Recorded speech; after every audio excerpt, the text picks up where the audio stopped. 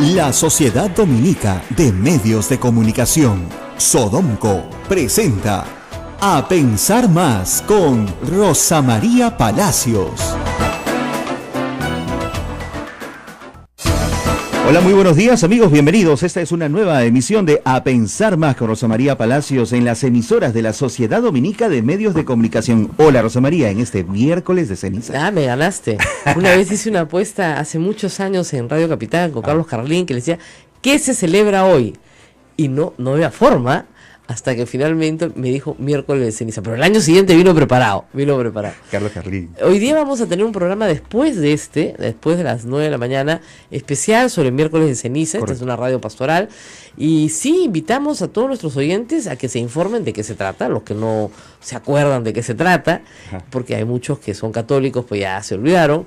Y para los que sí saben de qué se trata, que asistan, por supuesto, hoy día a la misa regular de diario, donde en todas las iglesias del país se impone la ceniza. Para los que no tienen idea de lo que estoy hablando, esto quiere decir que hoy empieza la cuaresma.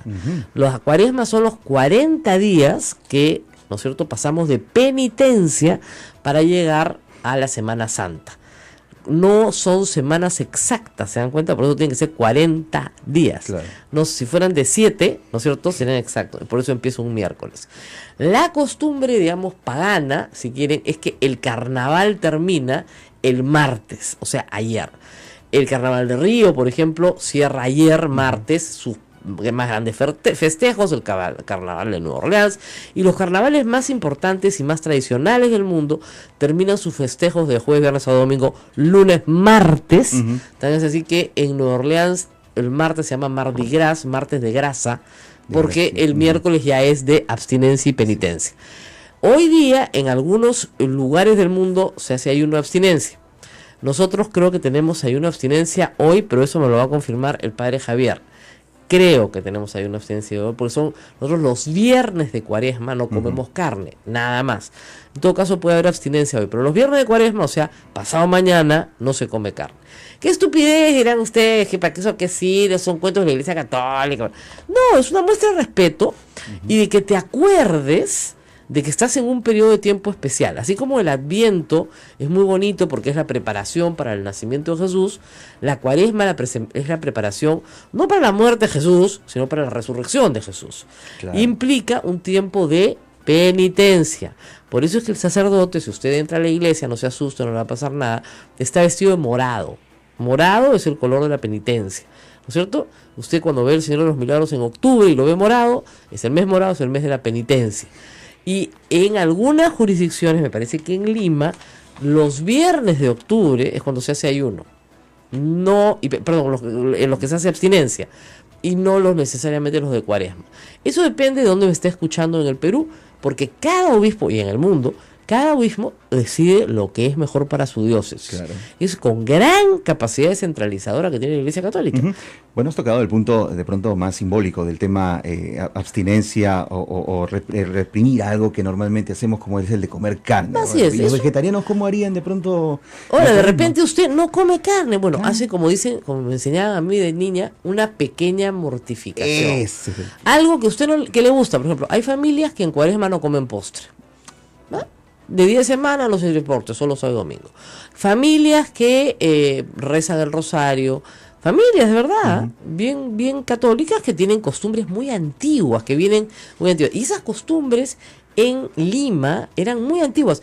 Se conservan mucho en lugares como en Arequipa, como en el Cusco, donde nos están escuchando. Antiguas, pero unen a la familia. Pero claro que unen, claro. Aunque nunca has escuchado ese lema de chiquito en tu parroquia, familia que es unida, permanece unida, ese era un lema cuando éramos chicos. Entonces, sí es verdad que es un día especial para la iglesia. ¿Y qué significa la ceniza? Te ponen por lo menos en mi parroquia, con lo que queda de los ramos, ¿no es cierto?, del año pasado de Domingo de Ramos, se queman, se hacen ceniza, y con eso te marcan la frente, te hacen una pequeña cruz en la frente o una marca en la frente. ¿Eso qué quiere decir? Que estás en estado de penitencia, ¿no es cierto? Entonces yo a veces he pedido disculpas y he dicho, voy a ir con la ceniza en la frente, y la gente no me entiende nada de lo que le hablo, ¿no? Pero en fin, tienes que ser católica para entender la metáfora, ¿no? es el símbolo de los penitentes. Así es. ¿Ya? Y esa es la idea, es la penitencia, es un tiempo de penitencia. Y todas las lecturas que ustedes escucharán en este tiempo, ¿no es cierto?, son lecturas justamente de conversión, de penitencia, de tentaciones.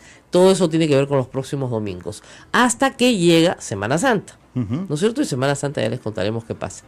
Para mí es un día especial porque yo recuerdo que un 29 de febrero, o sea, un día como hoy, pero que en realidad no era hoy porque no va a existir hasta dentro de 4 años, el padre Javier me llamó para venir a conversar aquí al convento. Y yo no sabía ni siquiera qué había aquí. Y me hicieron pasar por un cartelito que decía clausura. Y ya me dio un poco de miedo, porque acá solo hay frailes, ¿qué yo hago aquí? No sé qué hacer. Y en realidad lo que quería el padre y Abel, que está con nosotros, Abel Ángel, nuestro productor, es que les diera una especie, nunca entendí bien, de clases o de capacitación. Y dije, padre, ¿qué capacitación? Hagamos un programa. Y así empezó este programa Pensar Más, martes, miércoles y jueves. Así es. El padre Javier quería que se llamara La Verdad y a mí me pareció demasiado soberbio. Dije, padre, la verdad es el símbolo de los dominicos y además solo Cristo es la verdad. ¿Cómo voy a ser yo la verdad? Cristo es la verdad, el camino y la vida. ¿Cómo voy a ser yo la verdad? El padre se reía. Mejor algo que promueva la reflexión. Y yo tenía una amiga argentina que tenía un programa que se llamaba Pensar Más, un programa educativo, y lo cambiamos un poquito a Pensar Más. Y le conté, ¿no? A mi amiga que hace años que no lo tiene y se reía, me dice, ¿te has copiado el nombre? Sí, porque siempre me gustó, A Pensar Más. Y así nació A Pensar Más. Terminada la segunda vuelta y mi compromiso con Glatzer Tuesta, a quienes mando un saludo enorme porque están saliendo de Radio San Borja, sí, están mudándose a otra señal, porque Radio San Borja aparentemente lo van a vender, tiene otro cambio de directorio, un cambio de directorio, un cambio de propietarios, etcétera. Yo tenía un compromiso con él para ir todos los lunes, entonces hicimos un programa martes, miércoles y jueves. Divertida, la verdad. Y la verdad que salió bien, ¿no? Vamos a cumplir un año la próxima semana, el martes de la próxima semana. El 8 de enero. Claro, fue un Día Internacional de la Mujer. El Día Internacional de la Mujer. El Día Internacional de la Mujer. Pero bueno, vamos a ver ¿qué nos depara el día? El día nos trae muchas cosas interesantes. Además del miércoles de ceniza, queríamos empezar por ahí, porque esta es una radio católica. Nos trae cosas importantes. Miren, aparentemente han habido en esta comisión Lavallato errores graves, ¿no es cierto? O sea, un testigo que fue a sustentar el informe que había hecho y que no desmiente su informe, lo que desmiente es la fecha en la que lo presentó. Y resulta que todos los documentos señalan que el doctor Juan Monroy sí presentó el 4 de marzo del 2005, tanto su opinión como después su factura del 23 de marzo, que dice por informe elaborado el 4 de marzo. Entonces, esto, la verdad deja mal a la Comisión Lavallato porque no termina de explicar las cuestiones, ¿no es cierto? Y dos, hay mucha ansiedad por conocer más del tema, ¿no es cierto? Lavallato, Odebrecht, etcétera. Pero la verdad, el informe de delegado Monroy, sí, pues el informe existe, no hay nada que hacer. Y además lo que me parece curioso es que el comercio le dedique tanto y tan en primera plana a su propio abogado. Tú sabes que el doctor Monroy litiga contra mí y contra todos los que estamos en el caso de concentración de medios, que dicho sea de paso, no vamos a tener sentencia nunca probablemente. Entonces, el doctor Monroy aparentemente olvidó la fecha de su informe, quiero creer que de buena fe. Entonces acusó de que había falsificación. Pues, la verdad es que no había ninguna falsificación, era su informe, ¿no? Que el documento que yo presenté. Ahora, puede haber habido una confusión en él porque hubo dos, ¿no es cierto?, informes, el informe original y una ampliación. Claro. Entonces siempre fueron en el mismo sentido, en el sentido de que Odebrecht, Iraña y Montero no habían demandado al Estado, o sea, no habían sido demandados por el Estado, sino al revés, ellos habían demandado al Estado porque les pagan su plata. Ese primer tema. Segundo tema que sí quiero mencionarle a todos los jóvenes, no nos escuchan tantos jóvenes, pero hay algunos que sí, tienen menos de 30 sobre todo, como Ismael que tiene 25. No, Ismael. Gracias. Ismael es padre de familia, que no sea de loco. Miren, ayer se ha iniciado un nuevo proceso contra el senderismo, contra la cúpula senderista, y ustedes han podido ver a Guimar Guzmán, a Elena Iperraguirre y a otras personas ya mayores. Y hay jóvenes que pueden creer que son unos viejitos, ¿no es cierto?, que están en la cárcel porque, bueno, ya pasaron 27 años, o no, perdón, 25 años de tarata, y que bueno, que 25 años después ya deberían irse a su casa. Total, esos viejitos no le van a hacer daño a nadie. Y están enfermos, ¿no? Están enfermitos, Sí, el pobrecito, el viejito pide un médico, sí, y nadie le da un médico.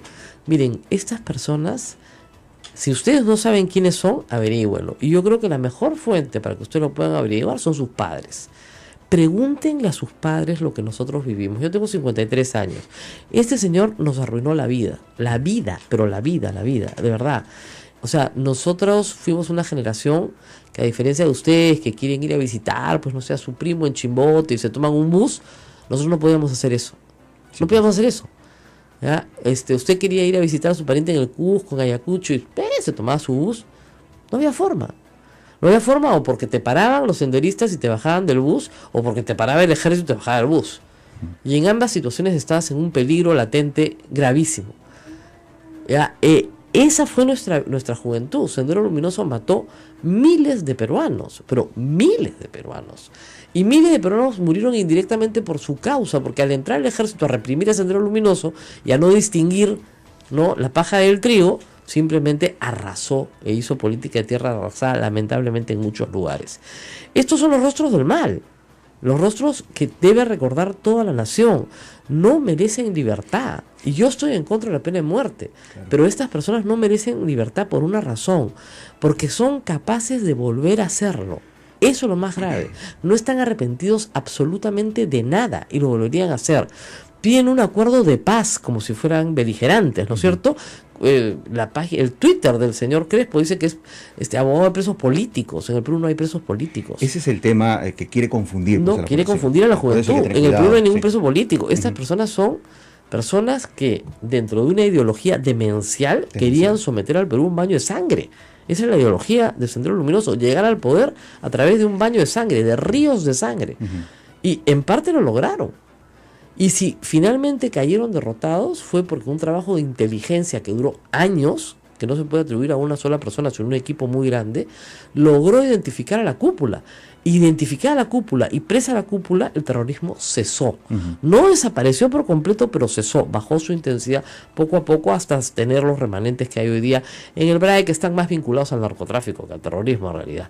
El discurso ideológico ya desfasado para ese entonces, incluso del mundo de Aymaru Guzmán, terminó siendo francamente ridículo en comparación con el progreso que el Perú ha obtenido. Ahora, luego de todo este tiempo no hay ningún indicio de redención, ni siquiera de arrepentimiento. ¿Por qué? El abogado Alfredo Crespo ayer salió a decir, bueno, ya tiene cadena perpetua, ¿para qué se le va a hacer un juicio por más tiempo? Ya no. ¿Para qué más? Decía. Yo creo que hay un tema de justicia con los muertos, con los deudos, que merecen conocer toda la verdad en todos los casos posibles. Eso. ¿No es cierto? Y hay una también lección ejemplificadora. A veces el proceso penal es una oportunidad educativa. Es decir, que los jóvenes del Perú vean quiénes fueron los responsables del retraso del Perú durante 15 años. Contra quienes tuvimos que luchar mientras que éramos desgobernados en medio de una hiperinflación. O sea, mi juventud fue muy dura. Y era realmente como una especie de guerra y luego como una especie de posguerra. Es decir, con escasez, con muy pocas cosas materiales que disfrutar y con muy pocas posibilidades de espacios públicos. Hoy día ustedes tienen unas alternativas de espacio público, pues, que nosotros no tuvimos, porque lamentablemente era muy peligroso ir a Chosita a pasar el día. De verdad, no les estoy bromeando, porque a la hora que rezabas en la noche se estaban bajando una torre. No podías en el centro de Lima ir a un cine. No, ni hablar. Literalmente a mi hermano y a mí nos pasó. Fuimos al cine y estalló un coche bomba acá muy cerca del centro de Lima, en una óptica, me acuerdo. ¿Estaban sin sus papás? Con un tío.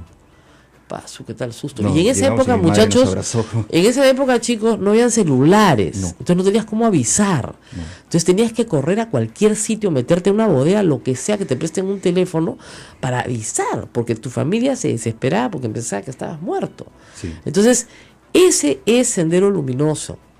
Miles de muertos y la mayoría los más pobres del Perú. Quechohablantes, andinos, mujeres, niños, no tuvieron misericordia con nadie.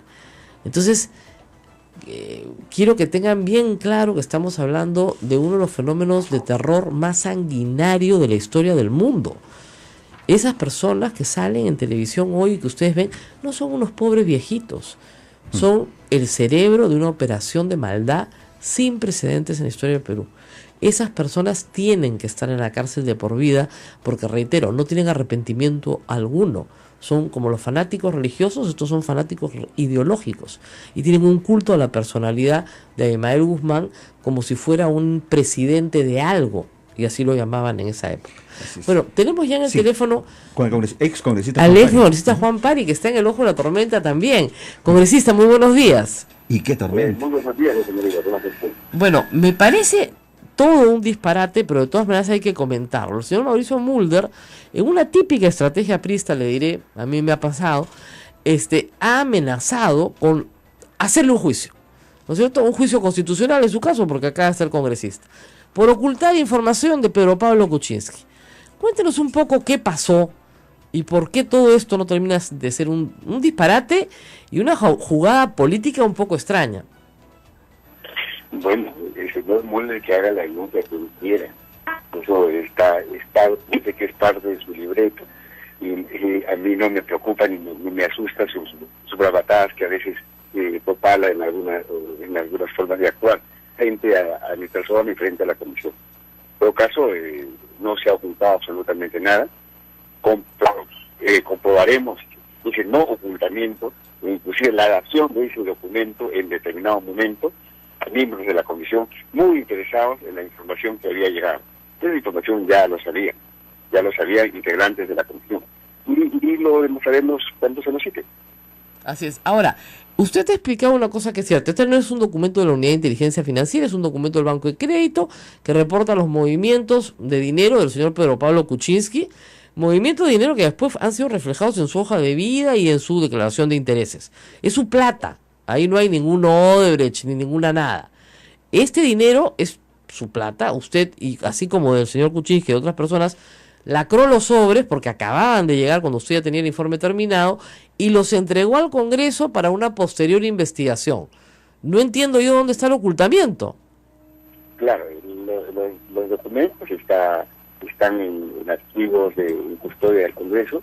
Y ahí también salió una información muy tendenciosa. Yo no he entregado al presidente del Congreso esos documentos. Eso se entregó en la gestión del presidente Iberico. Iberico, claro, que era el presidente del Congreso en ese momento. ¿A quién más le iba a entregar? ¿Al Papa? Claro, entonces hay todo un procedimiento formal para poder entregar esos documentos. Entonces, eso a mí no me preocupa. Ahora, señor Pari, hay una cosa interesante. ¿Por qué esta angurria del señor Mulder de acusarlo a usted? Es evidente que el video que se hace y que se publica en un pasquín peruano es un video mandado a hacer por gente vinculada al APRA. Hay un interés enorme en desacreditar al presidente Kuczynski. Sin embargo, usted investigó más bien cuentas del año 2007, que después se reflejan en el informe de líderes reporteros 2007, cuyos propietarios finales no han sido todavía revelados. ¿Usted cree que eso es lo que les preocupa?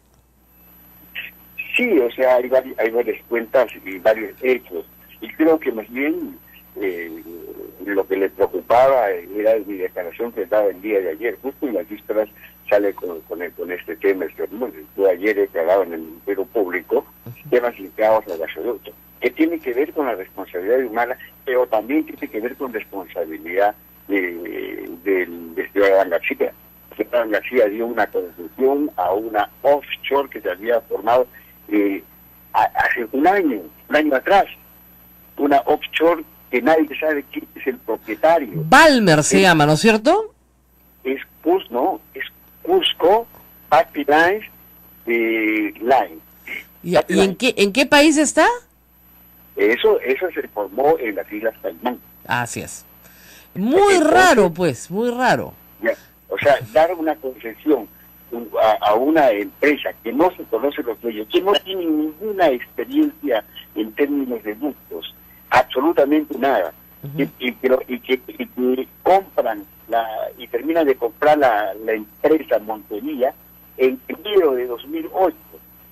En marzo de 2008 presentan la iniciativa para tener la concesión.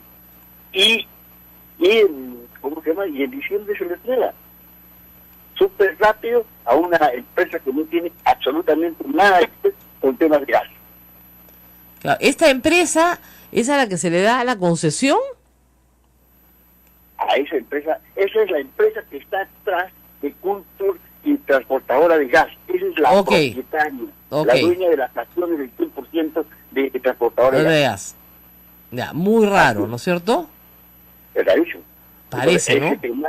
Ese tema he quedado en fiscalía. Y lo había anunciado ya. Ya hay que asustar aquí. Uno no se asusta ya a estos años. Asustarse de un señor que ya lo conocemos sería absurdo, ¿no? Así es. Bueno, muy bien. Tranquilo entonces. No hay nada de qué temer. No hay nada que temer. Él que siga cumpliendo su libreto, y yo seguiré cumpliendo mis responsabilidades ahora como ciudadano. En su momento lo hice como congresista. Así es. Bueno, muy bien, muchísimas gracias al congresista Pari por estar con nosotros esta mañana. Me queda clarísimo que lo que les preocupa es lo que usted sabe, no, y que están amenazándolo. Qué tontería, por Dios, ¿no? Pero en fin, así son. Vamos a la pausa y volvemos. Vamos a retornar con el doctor Genaro Vélez. Él es abogado del expresidente Alan García para hablar sobre el tema Odebrecht. Exactamente, ahí regresamos. Sodomco, Sociedad Dominica de Medios de Comunicación. 8:26. Esta es la Sociedad Dominica de Medios de Comunicación que integra a Radio Santa Rosa en Lima, que por cierto ya estamos nuevamente en el aire en la señal de amplitud modulada. Gracias a todas las personas que se han preocupado en Lima por esta frecuencia. También con Radio Santo Domingo en Chimbote, Radio San Martín Arequipa y Radio Veritas RTV en el Cusco. También estamos con nuestras emisoras hermanas Radio Cepagua, Ucayali, Radio Quillabamba La Convención y Radio Madre de Dios en Puerto Maldonado, en vivo y para todo el Perú y el mundo. Bueno, estamos aquí con el doctor Genaro Vélez, que hace muchos años es abogado de uno de los abogados del equipo de abogados de Alan García Pérez, que nos escucha mucho. Me he enterado, siempre hay que mandarle saludos. Su sintonía es general. Mi sintonía en Madrid parece que es alta. Y bueno, yo quería preguntarle a usted en primer término, ¿qué piensa de las confesiones de Barata? De las primeras confesiones de Barata. Digamos, las primeras confesiones involucraron a un grupo de funcionarios del gobierno aprista en el Ministerio de Transportes y Comunicaciones que están hoy todos con prisión preventiva. ¿Qué piensan de eso? ¿Qué responsabilidad asumen sobre eso? Bueno, yo lo que le puedo decir en primer lugar, que estos señores que están actualmente con prisión preventiva por la delación de Barata, tiene que responder por sí mismo, porque los delitos son individuales. El delincuente que comete un delito no puede salpicar a otro, que no ha intervenido en él. No. Y me parece que ese es el caso de estos señores Cuba y otro, ¿no? Uh-huh. Entonces, por esas razones, la suspicacia no puede reemplazar a la verdad, ¿no? Porque la verdad hay que encontrarla. La verdad, eso es verdad. Claro. Eso es verdad, la verdad hay que... Y no adelantarse a los hechos, ¿no? Decir, bueno, porque los funcionarios ya los han delatado, ya los que están más arriba son también responsables, han recibido porque tienen... Vamos por partes, como dicen, y cucharadas. Claro. Primero el señor Alan García dijo que nunca en la vida le había dado la mano al señor Cuba, viceministro de Comunicaciones, ¿no?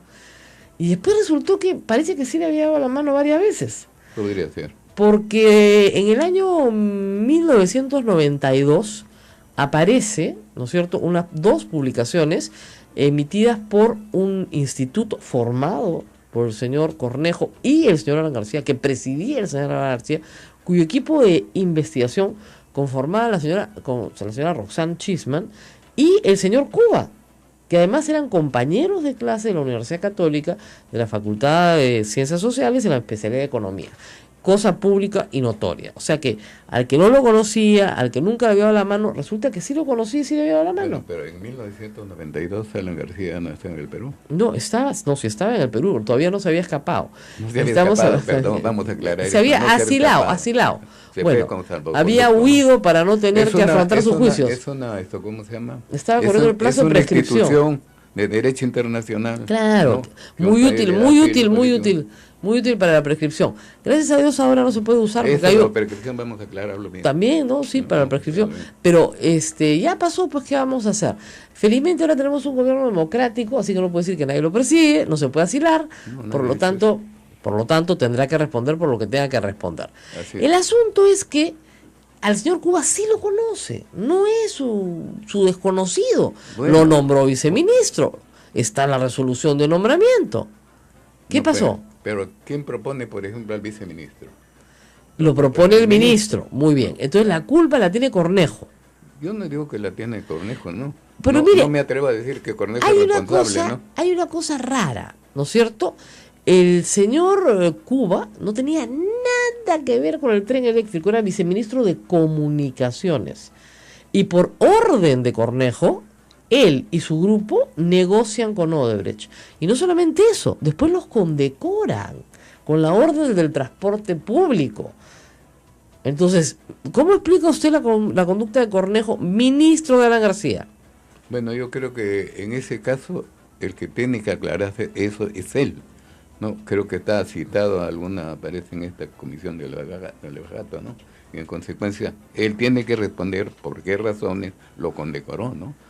No, ya sé, pues, pero lo condecoró durante el gobierno de Alan García. Alan García era un fantasma, no sabía qué pasaba en su gobierno. Le voy a decir una cosa.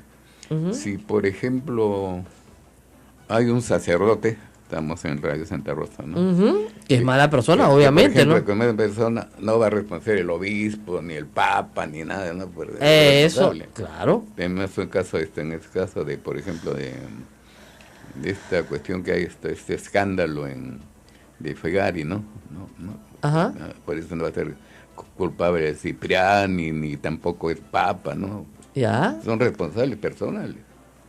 ya, ok, pero digamos, hay aquí elementos que son bien extraños, ¿no es cierto? Un viceministro que no es viceministro de Transporte, sino de Comunicaciones, asume toda la negociación con Odebrecht para hacer una obra. Bien raro. ¿No es Puede cierto? ser raro, pero real. Esa obra termina costando el doble de lo que debía costar. Raro. ¿No? Y dos, mire, hablemos de su defendido. Sus signos exteriores de riqueza, de verdad, que ya son notorios. O sea, vivir en Madrid sin trabajar es algo que muy pocas personas pueden hacer. No sea exagerado. Usted No, que no decía que trabaja, no pues. trabaja. Aparte de escuchar Ah. programas de radio, leer periódicos, No, estar no, absolutamente no, pendiente no. de lo que dice la prensa, Él a ver tiene- cómo vota periodistas de tiene- algún lado ya no puede. Mire, después que ha salido de la presidencia de la República, Ajá. él ha sido contratado para dictar bastantes sí, conferencias. exactamente. Y eso genera dinero. Ya, nadie ¿no? le pagan $100,000 Entonces, por conferencia y menos. pero a él le pagaron. Sí, pues, ex contratistas del Estado peruano. No sé quién ha decidido. Ah, bueno, pero le han pagado, pues. le han pagado. Ya, sí. entonces, como usted comprenderá, no alcanza pues la plata, ni aunque el señor Peláez le haya armado una cosa decidida para que no lo puedan investigar después. No alcanza, No, pues. no, no. Y el perito fue Eso- aprista. Eso de la cosa decidida, Sí. ¿no? Es real, es objetiva, es Claro, concreta. se y la veraz, manda a hacer y un veraz. aprista, o sea, dígame. No, eso de que fue un A ver, perito aprista no es cierto. Pero no, por supuesto no que es cierto, tenía, no es cierto, no es tenía cierto. carné. No eran tenía dos carné, tenía carné de eran otra dos cosa. peritos. Uno de ellos tenía carné. Entonces le arman toda un peritaje Mire, yo le de quiero sus decir- ingresos y sus quiero decir- gastos. Y claro, le alcanza para comprar las casas, pero no le alcanza ni para comer. Oiga, yo le Y quiero mucho decir- menos le para quiero vivir en decir Madrid. una cosa, Ya. Rosa María. Ajá. Se demostró fehacientemente con los documentos que se presentaron, porque yo lo defendí ahí. ¿eh? Sí, yo sé. Yo lo defendí ahí y en consecuencia Él todo se aclaró. Señor todo Genaro está Vélez, perfecto, no so- hubo ningún desbalance. él solicitó que Peláez lo investigara. No. Fue a solicitud de él. No, ¿Ya? señora, Por no ha sido supuesto. así. Bueno, No ha sido ¿cómo así. explican ustedes las propiedades de la señora Pilar Nores, por favor? ¿Cuál propiedad? Las 20 y tantas propiedades que ha registrado, departamentos, depósitos, Oiga, cocheras, oiga, etcétera. oiga. A un Usted- edificio entero que le pertenece. Usted se está llevando esto, Cuénteme. ¿cómo se llama? Apoyando en esta denuncia que ha hecho esta señora, ¿no? Álvarez, no sé cómo se llama. Bueno, en realidad nunca ha tenido 21, un edificio, ellos tenían una casa en Chacaría. Ujú. Teníamos la cachecaría. Entonces, al producirse la separación de bienes, Ujú. ¿no? el edificio, la casa quedó... Se convirtió en un edificio. Se convirtió en un edificio con una empresa Britannia, creo que se llama, ¿no? Y entonces, para ella, por el pago de la casa, 3 departamentos. Y esos 3 departamentos, uno de ellos lo vendió y el otro lo alquiló, lo tiene alquilado, ¿no? Y en consecuencia, ¿cómo se llama? Eso no bastante multitud. Ya, pero ¿cómo construyó un edificio la señora? ¿Cuál edificio? El edificio se produjo como consecuencia de que a cambio de esos 3 departamentos le vendía el terreno a la empresa. Vamos a hacer ¿no? una pausa. Eso se hace a cada rato. A cada rato, todo el mundo lo hace. Tú tienes un edificio también sobre tu casa, ¿no? Yo también. Bueno, vamos a hacer una pausa. ¿Y cuántos departamentos? Claro, ¿no? Con vista al mar. Con vista al mar, ¿no? Bien bonito. ¿No? Alquilo un departamento, una casa en Casarinas, ¿no? Una maravilla, ¿no? ¿Se está refiriendo a una maravilla. Vecina de Toledo, seguro? No, que en Casuarinas vivía también Alan García, de repente usted no se acuerda, pero también. Porque alquiló una casa. A ver, después vamos a hablar de la compañía de Monteverde y el señor Carmona Bernasconi, que operaron durante el 2007 como parte del consorcio constructor Guisa Norte, y que son implicados en un tráfico de dinero durante el gobierno de Alan García, que termina en una cuenta, le voy a refrescar la memoria, que nadie sabe quién es. Todo esto descubierto por la Comisión Pari. Es bien interesante. Bueno. Y ahora, al señor Pari, que no ha hecho nada, Mauricio Mulder lo quiere meter preso. De verdad, ¿no? Pausa y regresamos. Esto es A Pensar Más con Rosa María Palacios. No se vayan. Sodomco, Sociedad Dominica de Medios de Comunicación. Ya estamos en el aire nuevamente. Esto es A Pensar Más con Rosa María Palacios, que conversa con el doctor Genaro Vélez. Él es abogado del expresidente Alan García. Bueno, durante el año 2007, en que Alan García era presidente del Perú, una serie de transferencias de dinero irregulares se realizaron a cuentas que terminan imbricándose, si quiere, con los Panama Papers. A través de esa información, de cruzar la información que tenían los brasileros, la Unidad de Inteligencia Financiera del Perú y los Panama Papers, se determinan una serie de testaferros muy interesantes, propietarios de varias empresas que jamás prestaron ningún servicio a las constructoras. Y estamos hablando básicamente del consorcio Irsa Norte, ¿no es cierto? Entre febrero y noviembre del 2007 hicieron 9 transferencias a constructora aérea SAC, a Construmac, recibiendo un total de 11.740.000 dólares. La información es de IDL. Y esto se transmite a su vez a Marisabel Carmona Bernasconi, a Gonzalo Monteverde, a Jorge Salinas Coaguilla, a Eduardo Arturo Bull, a María Cornelia Cardoso Pardo, todos estos, y a casas de cambio, además. Y todo de esto parte hacia una holding que se llama Balmer Holding Assets Limitada, que está inscrita justamente en enero del 2007, ¿no es cierto?, por la oficina de Mossack Fonseca en Panamá. Esa plata se envía a su vez al Trend Bank Limited de Brasil y al First Caribbean International Bank. Eso está en Barbados. Esa cuenta del First Caribbean International Bank en Barbados no se puede abrir hasta ahora, no se puede determinar de quién es. Pero sale plata de todos hacia allá, hacia una cuenta First Caribbean International Bank en Barbados que da 20 saltos, pero llega. Usted me va a decir que estos 7 millones de dólares, que son más o menos la cifra que no se encuentra todavía de las coimas reportadas en esa época. Para que te encuentren. Ya, ojalá que la encuentren. Y ruega que sea la García que te he prometido. Así es. ¿Esa plata era de quién? ¿De Cornejo? ¿Del señor Cuba? Acá hay plata que ha corrido de mano en mano, ¿no?, de la forma más extraña, partida en pedacitos, a través de varias personas jurídicas, a través de varias personas naturales, para llevar, como le digo, a Barber Holding Assets y luego, ¿no es cierto?, a Brasil y luego al First Caribbean International Bank en Barbados. Y esa plata no se sabe quién es una cuenta cifrada. Lo que le puedo decir es lo siguiente, a ver, ¿no? Es un pago oscuro bien raro, ¿ah? 2007. Esos pagos, esa actividad de testaferros, le aseguro que nada tiene que ver Alan García. Absolutamente nada. No puede ser. Si ustedes ruegan que eso sea, lamentablemente... Doctor Genaro Vélez, fíjese. Si el doctor García viviera modestamente en una casita de clase media en Pueblo Libre, yo le podría creer. Pero el doctor García no vive así. No produce lo necesario para solventar una vida. como Sí, la que produce, tiene. sí, No produce, produce, pues. porque No, trabaja, doctor, a él nadie le trabaja. pagan $100.000 por una conferencia. Eso es un cuentazo. Bueno, A nadie le pagan. Pregunte, Ya, salvo que ¿cómo sea... sabe usted que no pagan? Porque no pagan, pues, porque ¿Por qué conozco, no? ¿Por qué dice que no porque pagan? conozco el mundo del planeta y conozco el mundo de las Usted conferencias. conocerá alguna cosa del Perú, de Claro. cosas, pero no conoce Fíjese, si a usted de le están otro pagando país, $100.000 de otro por una, ambiente, si le están pagando de $100.000 otros por escenarios una geográficos, conferencia, no conoce usted. le están pagando una coima. ¿Ah? O sea, le están pagando $100.000 por una conferencia, le están pagando un favor. No, ¿Ya? esa es Y una dos, suspicacia. el señor García tuvo una relación íntima con el señor Barata. Fue a visitarlo 16 veces a Palacio de Gobierno. Varias de Oiga, esas para hablar con el señor Nava. Sobre eso quiero decirle una cosa. A ver, sí. Todos los presidentes en todos los países del mundo reciben gente 16 veces el principal delator y el Puede principal, ser y el 100. principal coimero que tenemos hoy en el Perú. Es el corruptor número uno. Al menos no se sabía en ese momento. ¿No se cree sabía. usted que lo está protegiendo Alan García? ¿Barata? Sí. ¿Por qué lo va a proteger? ¿Por qué lo va a proteger? Porque ¿Ah? no sabemos nada de Alan García hasta el momento. ¿Por y qué solamente ¿por qué no protegió a Toledo? Porque ¿para qué lo va a proteger a Toledo? Por Porque a eso, Toledo no lo ¿y por protege qué razón nadie. para Pues. proteger a Alan García? Porque Alan ¿Qué García razones tiene otros recursos. Puede haber negociado. No, Puede haber hecho una negociación ese de la es, cuestión. ese es un deseo que usted y otros quieren, pero no, no es un deseo. ¿Ah? Fíjese, Alan García salió bien librado de una cantidad impresionante de delitos cometidos durante su primer gobierno. Y se libró por la prescripción. Sobre eso quiero aclarar. A ver, no hay prescripción. En este momento yo le digo a usted que se ha puesto la camisa de Fujimori y de Montesinos. Sí, seguramente. ¿Por qué? Sí, claro. ¿Por qué? Era reo contumaz. Por lo siguiente. Hubo una ley especial para declararlo rey contumaz. Claro, la ley de la... era reo contumaz. Pero le voy a decir una cosa.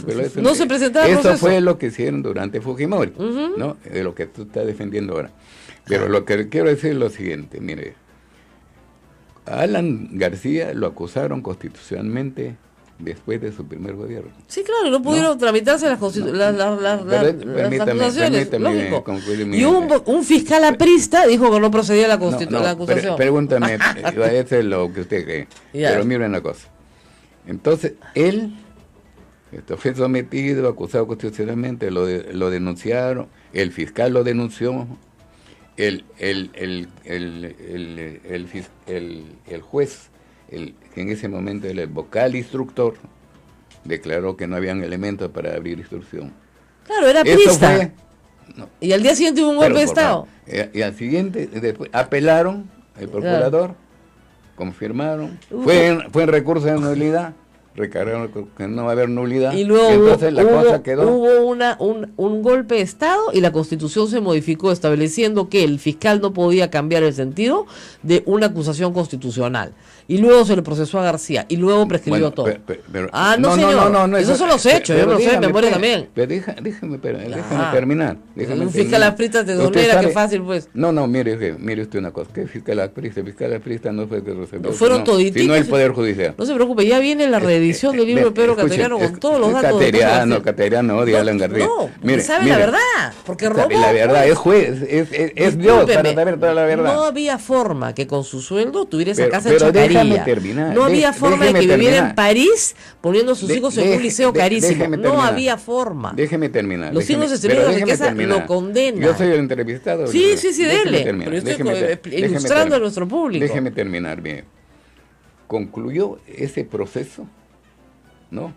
Con una resolución firme ejecutoria. Claro, porque no me extraña. Después sacaron a toda la Corte Suprema. Entonces la Constitución de 1979 decía de que no se podía revivir procesos fenecidos. Claro, y la del 96 también. Lo mismo. Y entonces, pero escribió todo, pues. Siragusa contaba en Italia que le había dado un millón de dólares a García en partes. No prescribió. Y eso no es delito, pues. No prescribió. Nunca se juzgó. No prescribió. Nunca se juzgó. Porque nunca hubo proceso. No hubo proceso, pero declaró como... Ni siquiera permitieron que hubiera un proceso con la declaración de Siragusa declarando que le había entregado $1 millón en parte, dando detalles. Eso después fue y después, no, perdón, Zanatti fue el que recibió la plata en su cuenta. Y Zanatti lo trajo al Perú. Su cuenta de Zanatti, pero no de Alan García. Está como Maiman, es la plata de Maiman. Claro, es la plata de Cuba. La plata de Cuba. Después desmintió señor. Claro, es la plata de Cuba. Yo no tengo nada que ver. Para eso sirven los testaferros, señor. Entonces, para eso sirven mantillas. No es cierto que él se salvó por la prescripción. ¿No? Porque había una ya había terminado ese proceso. Tanto es así Nunca que le habían levantado la inmunidad parlamentaria. Nunca lo le juzgaron. devolvió, Nunca le volvieron entonces, nada. señora, La dignidad señora, no. Señora, ¿cómo se llama? Si después de investigación... Él pidió que le devolvieran sus sueldos, sus devengados. Pero primero Sus devengados como restituyeron su inmunidad parlamentaria como consecuencia de la decisión del Poder Judicial. Y la cosa quedó ya definitivamente concluida, ustedes terminada, la archivaron, con autoridad. Absolutamente, por eso pues, no se le puede volver a procesar Entonces, por eso. Por la Plaza Siragusa, no, y ese después, se lo dije, hay gente que dice, ya robó en el primer gobierno. Según las dos constituciones de la Secretaría de ahora, está prohibido revivir el proceso Nadie lo va a y violaron la ley. Mira, violaron la ley. única, y eso es lo que ustedes es entienden. el único caso en que se ha robado 2 veces en la misma obra. O sea, el tren eléctrico tiene robo con Siragusa y el tren eléctrico tiene robo durante el gobierno de García con Cuba y sus amigos. ¿Se puede imaginar? No, pero ellos son los ladrones, no Alan García. No Alan García. Nada que ver. Nada que ver. Nada que ver. Aunque usted le dice que... Bueno, usted sabe lo que voy a contar, que en el proceso de la IRSA Norte se contrató por 258 millones de dólares. ¿Sabe cuánto costó la obra? 510. 98% más de lo contratado. Y en esa IRSA Norte hay coimas detectadas por 11 millones de dólares. Por 7 en realidad. No se sabe porque la cuenta está cifrada. Adivínela. No, adivino. Si adivino no le va a gustar.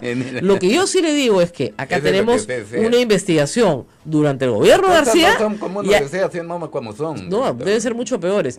Y unos signos exteriores de riqueza que no tienen forma de casar uno con otro. La gente no es idiota. O sea, Alan García no puede vivir en el mejor barrio de París en un departamento de lujo con 6 hijos, en ese momento con 5. Vivía ahí durante 10 años sin trabajar. Pero mira, ¿cómo compró la casa? Sí, a plazos, pues, con una hipoteca, ¿no? Las hipotecas se pagan con trabajo y el señor nunca trabajó. ¿Ya? Ni su esposa tampoco. Durante los 10 años que vivió en París no trabajó. Entonces, él es el tal académico y en esa época no era ningún académico, no pagaba nada. Entonces, que quede claro, sus signos exteriores de riqueza no han sido tapados por el fiscal Peláez. Usted debe recordar. ¿Por qué querían ir al fiscal Peláez? Para que le tape los signos exteriores de riqueza. No fueron. Usted puede lo que pasa señor doctor Vélez, el señor Peláez era fiscal de la nación, que a él le correspondía. ¿Usted puede vivir en Madrid 1 año sin trabajar? En un sabático que le paga supuestamente Chang, manteniendo hijo en el colegio, en el mejor colegio de Madrid, esposa sin trabajar. Yo no puedo, porque él dice que es un sabático. Ha dicho eso, que es un sabático. Y un sabático es pagado. Entonces seguramente el señor Chang le paga su sabático en Madrid. Eso es un cuentazo, pues. O sea, ya tienen que parar, de contar cuentazos. Mejor es venir. Y también de las suspicacias. No es suspicacia. No es suspicacia. Alan García se dedica. Perdóneme. Alan García se dedica a empapelar a sus enemigos metiéndoles juicios, como en el caso del señor Pari.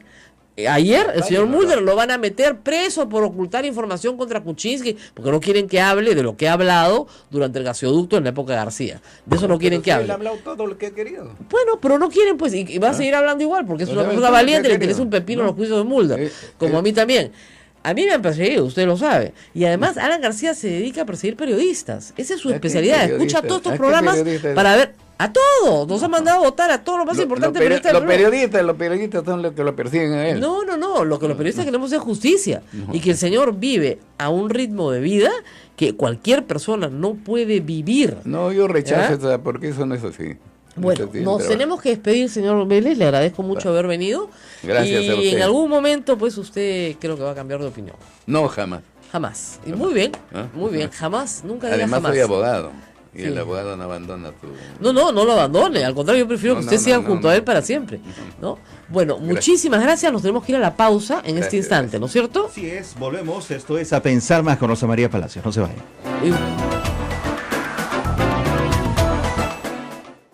Sodomco, Sociedad Dominica de Medios de Comunicación. Esta es la Sociedad Dominica de Medios de Comunicación. Recuerden que este y todos los programas son transmitidos por medio de Facebook Live, esta nueva plataforma que nos permite estar con ustedes directamente y que luego del programa queda grabado ya en la página tanto de Sodomco como de la página Origen de Radio Santa Rosa. Bueno, no hay indicios para investigar a Alan García. 1, signos exteriores de riqueza que no tienen relación alguna con su patrimonio. 2, toda la investigación de 2007 del trasladado de dinero a islas en el Caribe, que nadie sabe quiénes son los titulares. 3, el testimonio de este señor Cuba y sus amigos que están mudos ahora, porque habría que preguntarles si quieren o no ser colaboradores eficaces para poder salir de la cárcel, que puede ser muy larga en su caso. Espero que la Fiscalía esté haciendo bien su trabajo, porque es muy raro que el señor Barata coimee a unos subordinados después de reunirse 16 veces en Palacio de Gobierno, tanto con Alan García como el señor Nava, que también tendría bastante que contar en este caso y que no está siendo investigado, ¿no? Entonces, la verdad es que la investigación recién empieza y yo espero que llegue al fondo del asunto, porque igual que el señor Toledo, que comenzó a gastar más de lo que debía y comenzó a notarse que no tenía de dónde, ¿no es cierto? El señor García también ha gastado más de lo que tenía y no tiene de dónde. No hay forma. No hay forma de justificarlo. No hay forma de justificar. El peritaje que le hicieron daba risa, porque todo calzaba para que le alcance para comprar las propiedades con estas conferencias fabulosas, claro, y estas regalías fantásticas de sus libros, pero no le alcanzaba ni para mandar un hijo al colegio. O sea, para vivir no le alcanzaba, solo le alcanzaba para comprar las propiedades, con hipotecas y cosas. Rarísimo, la verdad. Y su mujer tampoco trabaja, ninguna de las dos, ni la antigua ni la actual. Claro. Entonces, porque la Pilar Lores trabaja en una fundación sin fines de lucro. Sin fines de lucro. Supongo, claro, que no recibe sueldo. Bueno, ayer en el Congreso se presentó la ministra de Educación, que ha tenido un estupendo spot para el inicio de clases, diciendo a los padres que les están mintiendo sistemáticamente. No dice quiénes, yo sí digo quiénes, porque tienen nombre y apellido. Son unas comunidades evangélicas que además están enquistadas en el Congreso de la República, que buscan poder político y dinero. No se me ocurre qué otra cosa pueden buscar, porque además tienen dinero para hacer campañas estúpidas, como que, por ejemplo, a tu hijo lo van a volver maricón en el colegio. La señora congresista Nelly Cuadros, que es creo que amiga de Kenji, porque lo lleva al Cusco a regalar tuppers, le preguntó a la ministra de Educación: señora ministra, ¿usted nació mujer? Vivísima la mujer. Parece que querían hacerle un examen para ver si la señora ministra tenía pipilín o no. O sea, de verdad, ese es el nivel. Ahora, ustedes los escogieron, ¿ah? Cusqueños que me escuchan, ustedes votaron por esta señora. ¿Usted nació mujer? Y me preguntan, entonces la señora ministra le respondió, como se tiene que responder en estos casos, con monosílabos: sí. Y se acabó la historia. Porque esta pobre congresista, que no ha recibido un curso de absolutamente nada de lo evidente, no tiene la capacidad de distinguir, ¿no es cierto?, lo que es genético de lo que es entorno. No puede. Entonces cree que los niños nacen hombres y ya saben desde que su mamá los pare, los sacan de la barriga, que azul es para ellos, que les va a gustar el fútbol, ¿no es cierto?, que no van a lavar un plato y que no van a cambiar un pañal, ¿no? Eso es desde que naces, eso es genético. Ya, eso no es genético, pues. Eso es entorno, eso es aprendido. Todo eso se puede cambiar. Porque hoy día hay papás que cambian pañales, hay papás que lavan los platos, hay papás que no les gusta el fútbol. Y son hombres. De eso se está hablando. ¿Ok? De los roles que te obligan a que las niñas no estudien matemáticas, no sean ingenieras, no sean médicos, no sean científicas, por ejemplo. Lo que busca el currículum es un currículum de igualdad, porque las construcciones y efectivamente los estereotipos, ¿no es cierto?, que tenemos en la sociedad son muy dañinos. Pregúntenlos a los latinos que viven en Estados Unidos, ¿cuál es el estereotipo que está poniendo Donald Trump sobre ellos? Que son violadores, que son ladrones, ¿no es cierto?, que son feos, que no son blancos, que vienen a robar. Ese es un estereotipo, esa no es la verdad. Igual, se nace genéticamente hombre y mujer, pero resulta que el entorno en el que vives define muchísimas, pero muchísimas de tus actitudes frente a lo masculino y lo femenino. ¿No es cierto? Esta pobre congresista no entiende eso que es básico de psicología 1 en Estudios Generales de Letras. ¿Cuánto hay genético y cuánto hay entorno? Hay mucho entorno y hay mucho genético también. Es una mezcla, somos una mezcla de los dos. Somos una mezcla de lo genético y una mezcla de la crianza, ¿no es cierto? Y de esas dos definimos nuestra personalidad. Porque usted puede haberse criado en una casa donde no había nada rosado y nunca se le ocurrió que lo rosado era para las mujeres. Y eso no quiere decir que usted es gay, ¿no? Entonces, de eso se está hablando en el currículum, de no generar estereotipos sobre lo que la niña debe hacer o lo que el niño debe hacer, ¿no es cierto? El niño tiene que jugar fútbol. ¿Y si al niño no le gusta el fútbol? Si al niño le gusta el ajedrez, ¿qué? Es el tarado de la clase, lo bulea toda la clase, le pega toda la clase. El 36% de las agresiones de bullying son de carácter sexual. Son por decirle al niño maricón.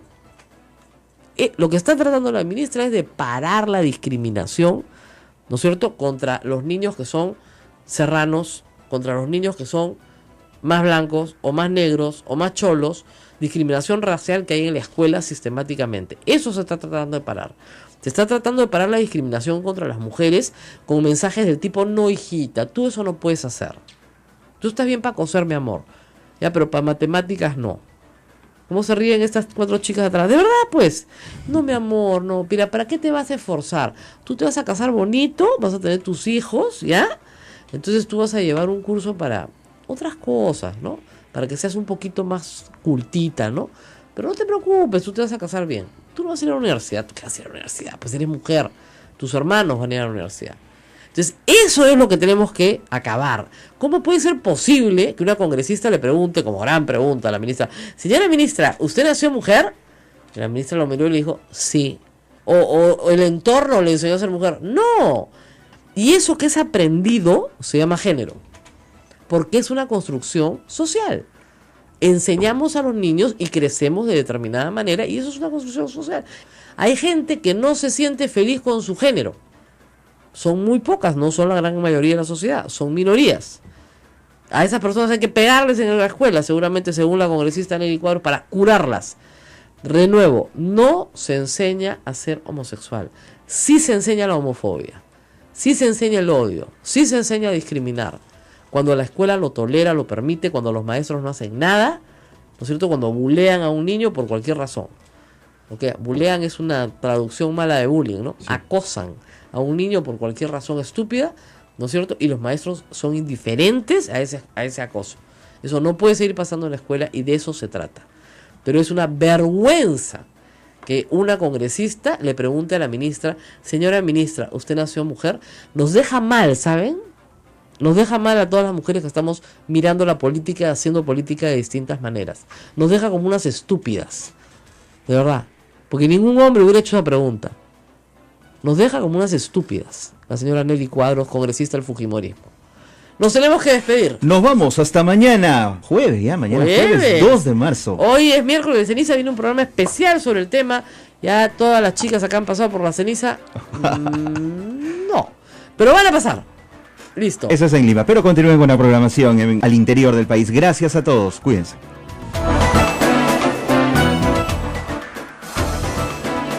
Hasta aquí, A Pensar Más con Rosa María Palacios. Este programa fue producido por la Sociedad Dominica de Medios de Comunicación, Sodomco. Yali, Radio Quillabamba La Convención y Radio Madre de Dios en Puerto Maldonado, en vivo y para todo el Perú y el mundo.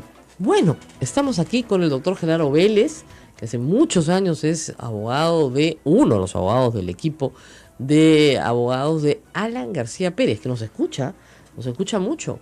Me he enterado, siempre hay que mandarle saludos. Su sintonía es general. Mi sintonía en Madrid parece que es alta. Y bueno, yo quería preguntarle a usted en primer término, ¿qué piensa de las confesiones de Barata? De las primeras confesiones de Barata. Digamos, las primeras confesiones involucraron a un grupo de funcionarios del gobierno aprista en el Ministerio de Transportes y Comunicaciones, que están hoy todos con prisión preventiva. ¿Qué piensan de eso? ¿Qué responsabilidad asumen sobre eso? Bueno, yo lo que le puedo decir en primer lugar, que estos señores que están actualmente con prisión preventiva por la delación de Barata, tienen que responder por sí mismos, porque los delitos son individuales. El delincuente que comete un delito no puede salpicar a otro que no ha intervenido en él, no. Y me parece que ese es el caso de estos señores Cuba y otro, ¿no? Uh-huh. Entonces, por esas razones, la suspicacia no puede reemplazar a la verdad, ¿no? Porque la verdad hay que encontrarla. La verdad, eso es verdad. Claro. Eso es verdad, la verdad, no, hay que... Y no adelantarse a los hechos, ¿no? Decir, bueno, porque los funcionarios ya los han delatado. Ya, los que están más arriba son también responsables, han recibido porque tienen... Vamos por partes, como dicen, y cucharadas. Claro. Primero el señor Alan García dijo que nunca en la vida le había dado la mano al señor Cuba, viceministro de Comunicaciones, ¿no? Y después resultó que parece que sí le había dado la mano varias veces. Podría ser. Porque en el año 1992 aparece, ¿no es cierto?, dos publicaciones emitidas por un instituto formado por el señor Cornejo y el señor Alan García, que presidía el señor Alan García, cuyo equipo de investigación conformaba la señora Roxanne Chisman y el señor Cuba, que además eran compañeros de clase de la Universidad Católica, de la Facultad de Ciencias Sociales y la especialidad de Economía. Cosa pública y notoria. O sea que al que no lo conocía, al que nunca le había dado la mano, resulta que sí lo conocía y sí le había dado la mano. Pero en 1992 Alan García no estaba en el Perú. Sí estaba en el Perú, todavía no se había escapado. No se había escapado, perdón, vamos a aclarar. Se había asilado. Bueno, había huido para no tener que afrontar sus juicios. ¿Cómo se llama? Estaba corriendo el plazo de prescripción. Es una institución de derecho internacional. Claro, ¿no? Muy útil para la prescripción. Gracias a Dios ahora no se puede usar. La prescripción vamos a aclararlo bien. También, ¿no? Sí, para la prescripción. Pero ya pasó, pues ¿qué vamos a hacer? Felizmente ahora tenemos un gobierno democrático, así que no puede decir que nadie lo persigue, no se puede asilar, por lo tanto tendrá que responder por lo que tenga que responder. El asunto es que al señor Cuba sí lo conoce, no es su desconocido. Bueno, lo nombró viceministro, está en la resolución de nombramiento. ¿Qué pasó? Pero ¿quién propone, por ejemplo, al viceministro? Lo propone el ministro. Muy bien. Entonces la culpa la tiene Cornejo. Yo no digo que la tiene Cornejo, ¿no? Pero mire, no me atrevo a decir que Cornejo es responsable, ¿no? Hay una cosa rara, ¿no es cierto? El señor Cuba no tenía nada que ver con el tren eléctrico, era viceministro de Comunicaciones.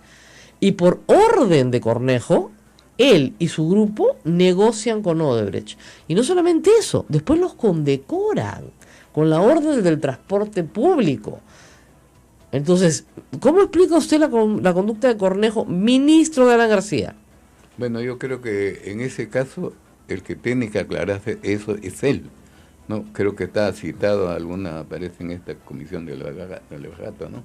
Y en consecuencia, él tiene que responder por qué razones lo condecoró, ¿no? No es así, pues, pero lo condecoró durante el gobierno de Alan García. Alan García era un fantasma, no sabía qué pasaba en su gobierno. Le voy a decir una cosa.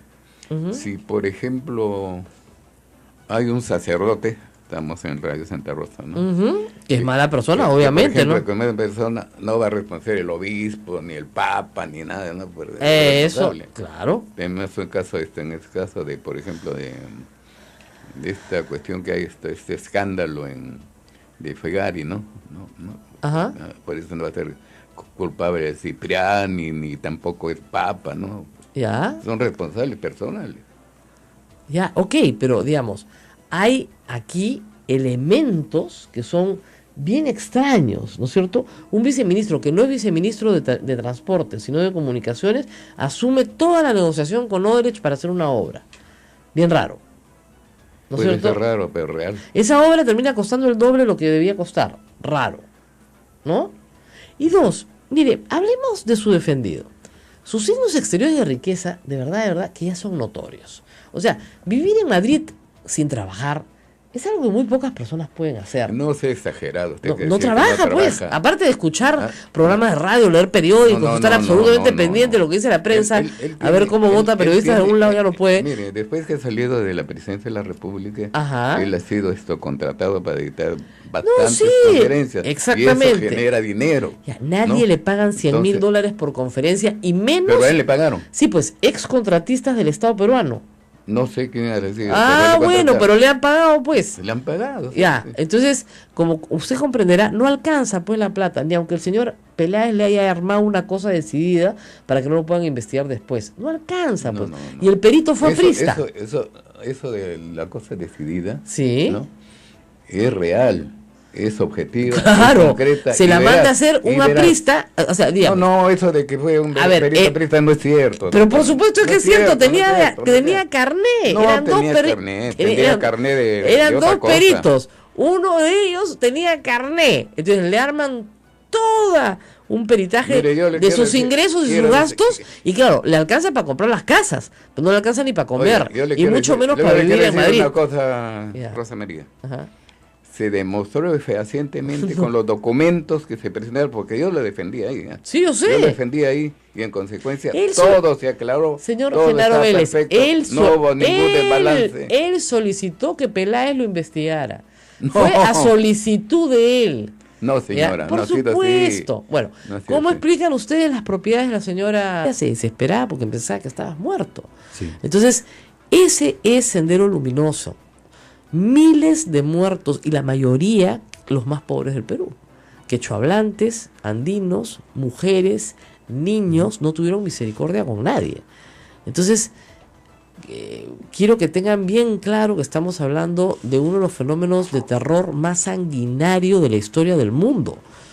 Esas personas que salen en televisión hoy, que ustedes ven, no son unos pobres viejitos, son el cerebro de una operación de maldad sin precedentes en la historia del Perú. Esas personas tienen que estar en la cárcel de por vida porque, reitero, no tienen arrepentimiento alguno. Son como los fanáticos religiosos, estos son fanáticos ideológicos y tienen un culto a la personalidad de Abimael Guzmán como si fuera un presidente de algo, y así lo llamaban en esa época. Bueno, tenemos ya en el teléfono con el ex congresista Juan Pari, que está en el ojo de la tormenta también. Congresista, muy buenos días. ¿Y qué tormenta? Muy buenos días, señorita. Bueno, me parece todo un disparate, pero de todas maneras hay que comentarlo. El señor Mauricio Mulder, en una típica estrategia priista, le diré, a mí me ha pasado, ha amenazado con hacerle un juicio, ¿no es cierto? Un juicio constitucional en su caso, porque acaba de ser congresista, por ocultar información de Pedro Pablo Kuczynski.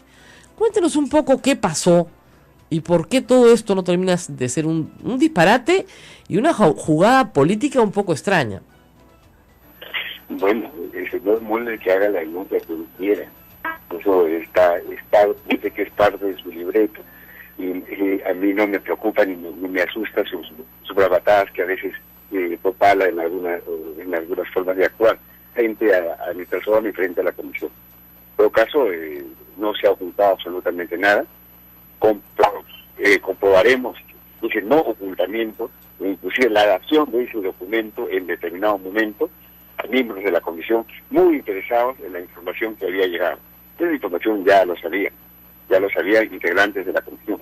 Y lo demostraremos cuando se nos cite. Así es. Ahora, usted ha explicado una cosa que es cierta. Este no es un documento de la Unidad de Inteligencia Financiera, es un documento del Banco de Crédito que reporta los movimientos de dinero del señor Pedro Pablo Kuczynski, movimientos de dinero que después han sido reflejados en su hoja de vida y en su declaración de intereses. Es su plata. Ahí no hay ningún Odebrecht ni ninguna nada. Este dinero es su plata. Usted, y así como del señor Kuczynski y de otras personas, lacró los sobres porque acababan de llegar cuando usted ya tenía el informe terminado y los entregó al Congreso para una posterior investigación. No entiendo yo dónde está el ocultamiento. Claro, los documentos están en archivos de custodia del Congreso. Y ahí también salió una información muy tendenciosa. Yo no he entregado al presidente del Congreso esos documentos. Eso se entregó en la gestión del presidente Iberico. Iberico, claro, que era el presidente del Congreso en ese momento. ¿A quién más le iba a entregar? ¿Al Papa?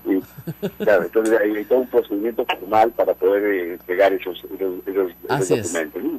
Entonces, eso a mí no me preocupa. Ahora, señor Pari, hay una cosa interesante. ¿Por qué esta angurria del señor Mulder de acusarlo a usted? Es evidente que el video que se hace y que se publica en un pasquín peruano es un video hecho mandado a hacer por gente vinculada al APRA. Hay un interés enorme en desacreditar al presidente Kuczynski. Sin embargo, usted investigó más bien cuentas del año 2007, que después se reflejan en el informe de Líder de Reporteros 2007, cuyos propietarios finales no han sido todavía revelados. ¿Usted cree que eso es lo que les preocupa? Sí, o sea, hay varias cuentas y varios hechos.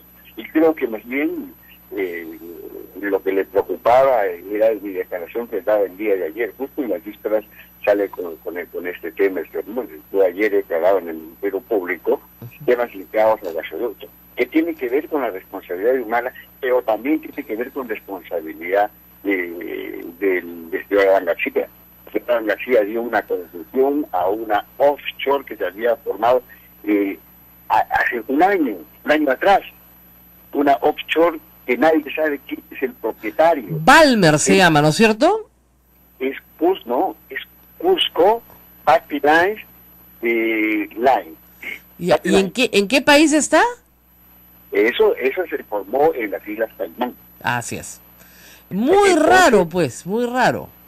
O sea, dar una concesión a una empresa que no se conoce los dueños, que no tiene ninguna experiencia en términos de ductos, absolutamente nada, y que compran y terminan de comprar la empresa Montería en enero de 2008. En marzo de 2008 presentan la iniciativa para tener la concesión y ¿cómo se llama? Y en diciembre se le entrega súper rápido a una empresa que no tiene absolutamente nada que ver con temas de gas. Claro, ¿esta empresa es a la que se le da la concesión? A esa empresa, esa es la empresa que está atrás de Culture y transportadora de gas. Esa es la propietaria, la dueña de las acciones del 100% de transportadora de gas. Ya, muy raro, ¿no es cierto? Es rarísimo. Parece, entonces, ¿no? Ese tema he quedado en fiscalía. Y lo había anunciado ya. Ya hay que asustar aquí. Uno no se asusta ya, estos años, asustarse de un señor que ya lo conocemos sería absurdo, ¿no? Así es. Bueno, muy bien. Tranquilo entonces, no hay nada de qué temer. No hay nada que temer. Él que siga cumpliendo su libreto, yo seguiré cumpliendo mis responsabilidades ahora como ciudadano. En su momento lo hice como congresista. Así es. Bueno, muy bien, muchísimas gracias al congresista Pari por estar con nosotros esta mañana. Me queda clarísimo que lo que les preocupa es lo que usted sabe, y que están amenazándolo. Qué tontería, por Dios, ¿no?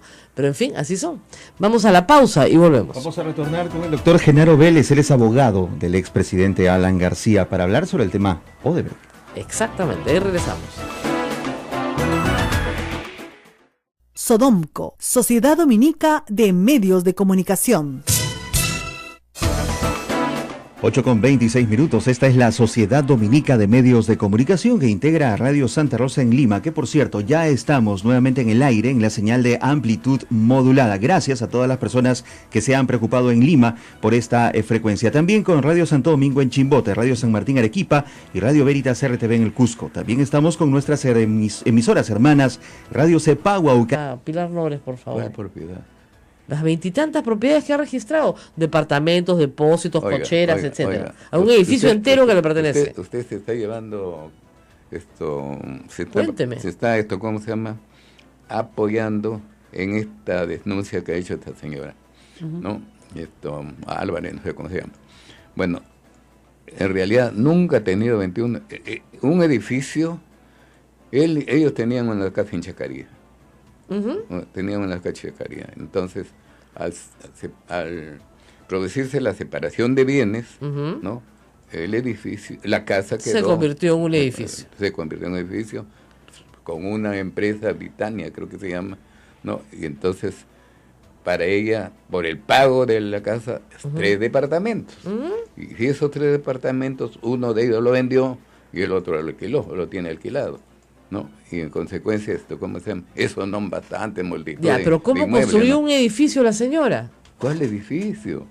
El edificio se produjo como consecuencia de que a cambio de esos 3 departamentos le vendía el terreno a la empresa. Vamos a hacer una pausa. Eso se hace a cada rato. A cada rato, todo el mundo lo hace. Tú tienes un edificio también sobre tu casa, ¿no? Yo también. Bueno, vamos a hacer una pausa. ¿Y cuántos departamentos? Claro, con vista al mar, ¿no? Bien bonito, ¿no? Alquilo un departamento, una casa en Casuarinas, ¿no? Una maravilla, ¿no? Se está refiriendo a vecina de Toledo, según. No, que en Casuarinas vivía también Alan García, de repente usted no se acuerda, pero también. Porque alquiló una casa. A ver, después vamos a hablar de la compañía de Monteverde y el señor Carmona Bernasconi, que operaron durante el 2007 como parte del consorcio constructor Guisa Norte, y que son implicados en un tráfico de dinero durante el gobierno de Alan García, que termina en una cuenta, le voy a refrescar la memoria, que nadie sabe quién es.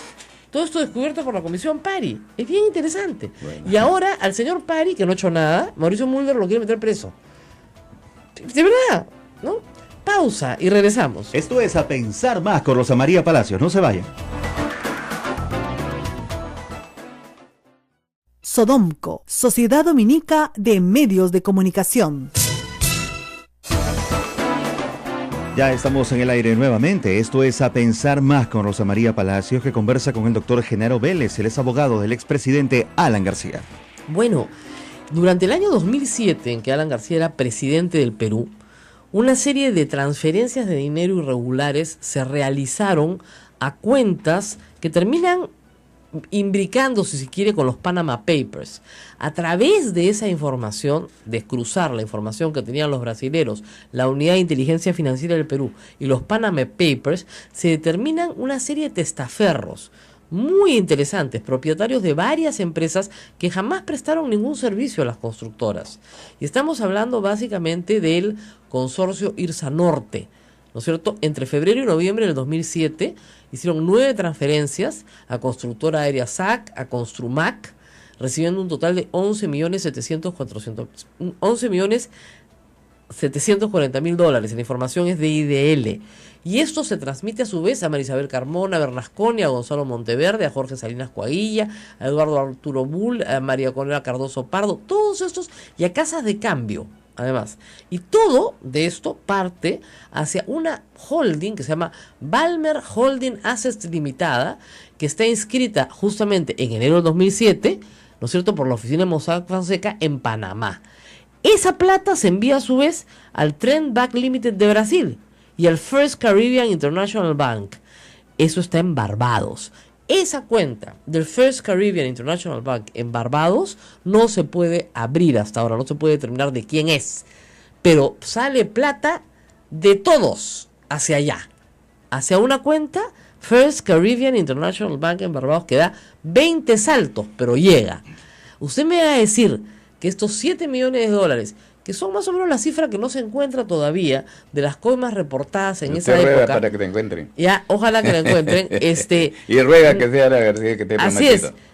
¿Esa plata era de quién? ¿De Cornejo? ¿Del señor Cuba? Acá hay plata que ha corrido de mano en mano, ¿no?, de la forma más extraña, partida en pedacitos, a través de varias personas jurídicas, a través de varias personas naturales, para llevar, como le digo, a Barber Holding Assets y luego, ¿no es cierto?, a Brasil y luego al First Caribbean International Bank en Barbados. Y esa plata no se sabe quién es una cuenta cifrada. Lo que le puedo decir es lo siguiente, a ver, ¿no? Es un pago oscuro bien raro, ¿ah? 2007. Esos pagos, esa actividad de testaferros, le aseguro que nada tiene que ver Alan García. Absolutamente nada. No puede ser. Si ustedes ruegan que eso sea, lamentablemente... Doctor Genaro Vélez, fíjese. Si el doctor García viviera modestamente en una casita de clase media en Pueblo Libre, yo le podría creer. Pero el doctor García no vive así. No produce lo necesario para solventar una vida como la que tiene. No produce, pues. Porque trabaja, doctor, a nadie le pagan $100,000 por una conferencia. Eso es un cuentazo. Bueno, a nadie le pagan. Ya, salvo ¿cómo que sea, sabe usted que no pagan? Porque no pagan. Pues, porque conozco el mundo del planeta y conozco el mundo de las conferencias. Usted conocerá alguna cosa del Perú, claro, pero no conoce fíjese, si a usted de le están otro pagando país, $100,000 por una, si le están pagando $100,000 por una conferencia, no conoce usted. Le están pagando una coima. ¿Ah? O sea, le están pagando $100,000 por una conferencia y le están pagando un favor. No, ¿ya? esa es Y una dos, suspicacia. el señor García tuvo una relación íntima con el señor Barata. Fue a visitarlo 16 veces a Palacio de Gobierno. Varias de esas para hablar con el señor Nava. Sobre eso quiero decirle una cosa. A ver. Sí. Todos los presidentes en todos los países del mundo reciben gente 16 veces el principal delator y el principal coimero que tenemos hoy en el Perú. Es el corruptor número 1. Al menos no se sabía en esos momentos. ¿No cree usted que lo está protegiendo Alan García? ¿Barata? Sí. ¿Por qué lo va a proteger? ¿Por qué lo va a proteger? Porque no sabemos nada de Alan García hasta el momento. ¿Por qué no protegió a Toledo? ¿Para qué lo va a proteger a Toledo? Porque Toledo no lo protege ¿por qué nadie. razón va a proteger a Alan García? Porque Alan García tiene otros recursos. Puede haber negociado. Puede haber hecho una negociación de la cual... Ese es un deseo que usted y otros quieren. Pero no es un deseo. Fíjese, Alan García salió bien librado de una cantidad impresionante de delitos cometidos durante su primer gobierno. Y se libró por la prescripción. Sobre eso quiero aclarar. A ver, no hay prescripción. En este momento yo le digo a usted que se ha puesto la camisa de Fujimori y de Montesinos. Sí, seguramente. ¿Por qué? Sí, claro. ¿Por qué? Por lo siguiente. Una ley especial para declararlo al rey contumaz. Claro, la ley de la... el Día Internacional de la Mujer. El Día Internacional de la Mujer. Pero, bueno, vamos a ver qué nos depara el día. El día nos trae muchas cosas interesantes. Además del miércoles de ceniza, queríamos empezar por ahí, porque esta es una radio católica. Nos trae cosas importantes. Miren, aparentemente han habido en esta comisión Lavallato errores graves, ¿no es cierto? O sea, un testigo que fue a sustentar el informe que había hecho y que no desmiente su informe, lo que desmiente es la fecha en la que lo presentó. Y resulta que todos los documentos señalan que el doctor Juan Monroy sí presentó el 4 de marzo del 2005, tanto su opinión como después su factura del 23 de marzo, que dice por informe elaborado el 4 de marzo. Entonces, esto, la verdad deja mal a la comisión Lavallato porque no termina de explicar las cuestiones, ¿no es cierto? Y dos, hay mucha ansiedad por conocer más del tema, ¿no es cierto? Lavallato, Odebrecht, etcétera. Pero la verdad, el informe de delegado Monroy, sí, pues el informe existe, no hay nada que hacer. Y además lo que me parece curioso es que el Congreso le dedique tanto y tan en primera plana a su propio abogado. Tú sabes que el doctor Monroy litiga contra mí y contra todos los que estamos en el caso de concentración de medios, que dicho sea de paso, no vamos a tener sentencia nunca probablemente. Entonces, el doctor Monroy aparentemente olvidó la fecha de su informe, quiero creer que de buena fe. Entonces acusó de que había falsificación. Pues, la verdad es que no había ninguna falsificación. Era su informe, ¿no? Que el documento que yo presenté. Ahora, puede haber habido una confusión en él porque hubo dos, ¿no es cierto?, informes, el informe original y una ampliación. Claro. Entonces siempre fueron en el mismo sentido, en el sentido de que Odebrecht, Iraña y Montero no habían demandado al Estado, o sea, no habían sido demandados por el Estado, sino al revés, ellos habían demandado al Estado porque les pagan su plata. Ese primer tema. Segundo tema que sí quiero mencionarle a todos los jóvenes, no nos escuchan tantos jóvenes, pero hay algunos que sí, tienen menos de 30 sobre todo, como Ismael que tiene 25. No, Ismael. Gracias. Ismael es padre de familia, que no sea de loco. Miren, ayer se ha iniciado un nuevo proceso contra el senderismo, contra la cúpula senderista, y ustedes han podido ver a Abimael Guzmán, a Elena Iperraguirre y a otras personas ya mayores. Y hay jóvenes que pueden creer que son unos viejitos, ¿no es cierto?, que están en la cárcel porque, bueno, ya pasaron 25 años de tarata, y que, bueno, que 25 años después ya deberían irse a su casa. Total, esos viejitos no le van a hacer daño a nadie. Y están enfermos, ¿no? Están enfermitos, sí, el pobrecito, el viejito pide un médico, y nadie le da un médico. Miren, estas personas, si ustedes no saben quiénes son, averígüenlo. Y yo creo que la mejor fuente para que ustedes lo puedan averiguar son sus padres. Pregúntenle a sus padres lo que nosotros vivimos. Yo tengo 53 años. Este señor nos arruinó la vida, de verdad. O sea, nosotros fuimos una generación que, a diferencia de ustedes que quieren ir a visitar, pues no sé, a su primo en Chimbote y se toman un bus, nosotros no podíamos hacer eso. No podíamos hacer eso. ¿Ya? Usted quería ir a visitar a su pariente en el Cusco, en Ayacucho, y se tomaba su bus. No había forma. No había forma, o porque te paraban los senderistas y te bajaban del bus, o porque te paraba el ejército y te bajaba del bus. Y en ambas situaciones estabas en un peligro latente gravísimo. ¿Ya? Esa fue nuestra juventud. Sendero Luminoso mató miles de peruanos, pero miles de peruanos. Y miles de peruanos murieron indirectamente por su causa, porque al entrar el ejército a reprimir a Sendero Luminoso y a no distinguir, ¿no?, la paja del trigo, simplemente arrasó e hizo política de tierra arrasada, lamentablemente, en muchos lugares. Estos son los rostros del mal, los rostros que debe recordar toda la nación. No merecen libertad, y yo estoy en contra de la pena de muerte, pero estas personas no merecen libertad por una razón, porque son capaces de volver a hacerlo. Eso es lo más grave. No están arrepentidos absolutamente de nada y lo volverían a hacer. piden un acuerdo de paz como si fueran beligerantes, ¿no es cierto? El Twitter del señor Crespo dice que es abogado de presos políticos. En el Perú no hay presos políticos. Ese es el tema que quiere confundir. No, quiere confundir a la juventud. En el Perú no hay ningún preso político. Estas personas son personas que dentro de una ideología demencial querían someter al Perú a un baño de sangre. Esa es la ideología del Sendero Luminoso, llegar al poder a través de un baño de sangre, de ríos de sangre. Y en parte lo lograron. Y si finalmente cayeron derrotados fue porque un trabajo de inteligencia que duró años, que no se puede atribuir a una sola persona, sino a un equipo muy grande, logró identificar a la cúpula. Identificada la cúpula y presa la cúpula, el terrorismo cesó. No desapareció por completo, pero cesó, bajó su intensidad poco a poco hasta tener los remanentes que hay hoy día en el BRAE, que están más vinculados al narcotráfico que al terrorismo en realidad.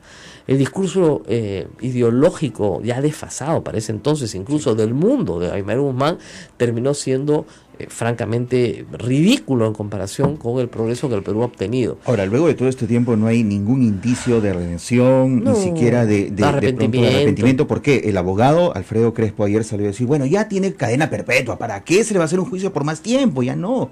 ¿Para qué más? Decía. Yo creo que hay un tema de justicia con los muertos, con los deudos, que merecen conocer toda la verdad en todos los casos posibles. Eso. ¿No es cierto? Y hay una también lección ejemplificadora. A veces el proceso penal es una oportunidad educativa. Es decir, que los jóvenes del Perú vean quiénes fueron los responsables del retraso del Perú durante 15 años. Contra quienes tuvimos que luchar mientras que éramos desgobernados en medio de una hiperinflación. O sea, mi juventud fue muy dura. Y era realmente como una especie de guerra y luego como una especie de posguerra. Es decir, con escasez, con muy pocas cosas materiales que disfrutar y con muy pocas posibilidades de espacios públicos. Hoy día ustedes tienen unas alternativas de espacio público pues que nosotros no tuvimos, porque lamentablemente era muy peligroso ir a Chosita a pasar el día. De verdad, no les estoy bromeando, porque a la hora que rezabas en la noche se estaban bajando una torre. No podías en el centro de Lima ir a un cine. No, ni hablar. Literalmente a mi hermano y a mí nos pasó. Fuimos al cine y estalló un coche bomba acá muy cerca del centro de Lima, en una óptica, me acuerdo. ¿Estaban sin sus papás? Con un tío. Paso, qué tal susto. No, y en esa época, muchachos, en esa época, chicos, no habían celulares. No. Entonces no tenías cómo avisar. No. Entonces tenías que correr a cualquier sitio, meterte en una bodega, lo que sea, que te presten un teléfono para avisar, porque tu familia...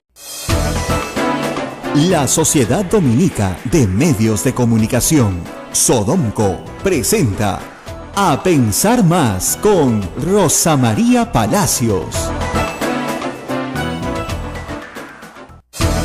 Hola, muy buenos días amigos, bienvenidos. Esta es una nueva emisión de A Pensar Más con Rosa María Palacios en las emisoras de la Sociedad Dominica de Medios de Comunicación. Hola Rosa María, en este miércoles de ceniza. Ah, me ganaste. Una vez hice una apuesta hace muchos años en Radio Capitán con Carlos Carlín que le decía, ¿qué se celebra hoy? Y no había forma, hasta que finalmente me dijo miércoles de ceniza. Pero el año siguiente vino preparado. Carlos Carlín. Hoy día vamos a tener un programa después de las 9 de la mañana, especial sobre el miércoles de ceniza. Correcto. Esta es una radio pastoral.